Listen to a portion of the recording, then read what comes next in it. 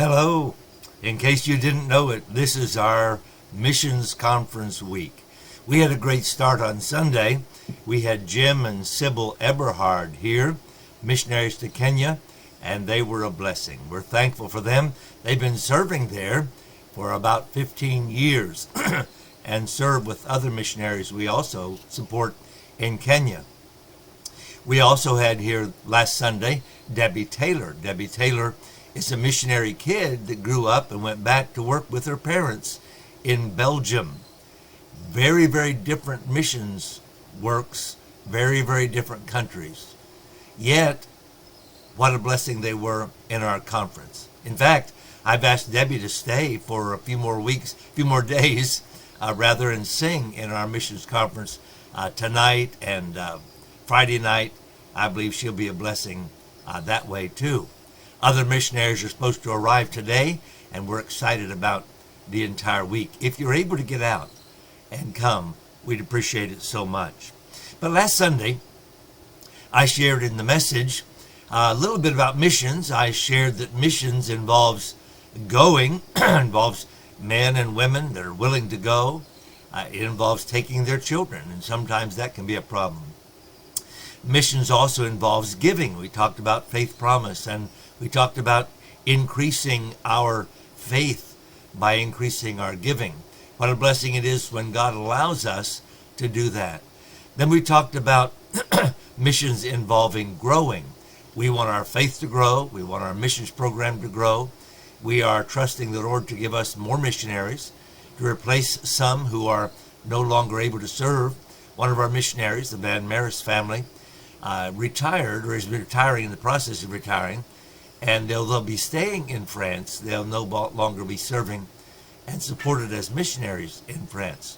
So we want to support those missionaries and continue to have our program growing. My text, however, on Sunday was from 2 Corinthians chapter 10, where Paul was telling the church at Corinth how much he appreciated their giving, and then what his heart's desire was, in that he wanted to go farther. He'd come as far as they were and preach the gospel and started a church, but he wanted their faith to increase, to enlarge his ministry, and allow him to go to the regions beyond them. And that's what verses 13 through 16 say. We did not get to verse 17, but I'm going to share a thought from that verse with you today.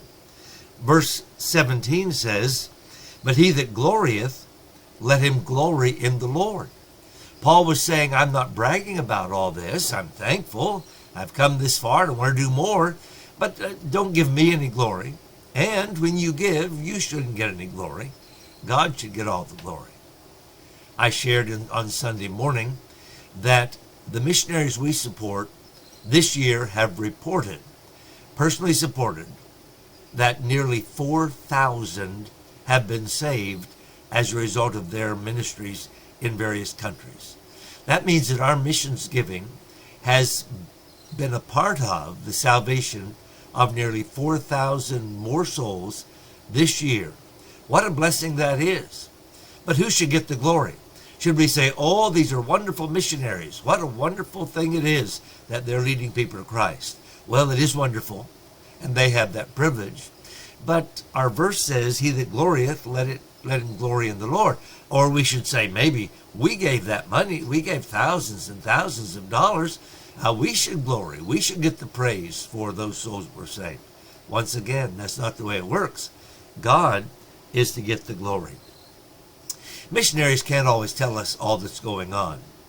Brother Jim Eberhard, who was here Sunday, had mentioned in his letters that he was having eye problems, and he had eye surgery just this past summer.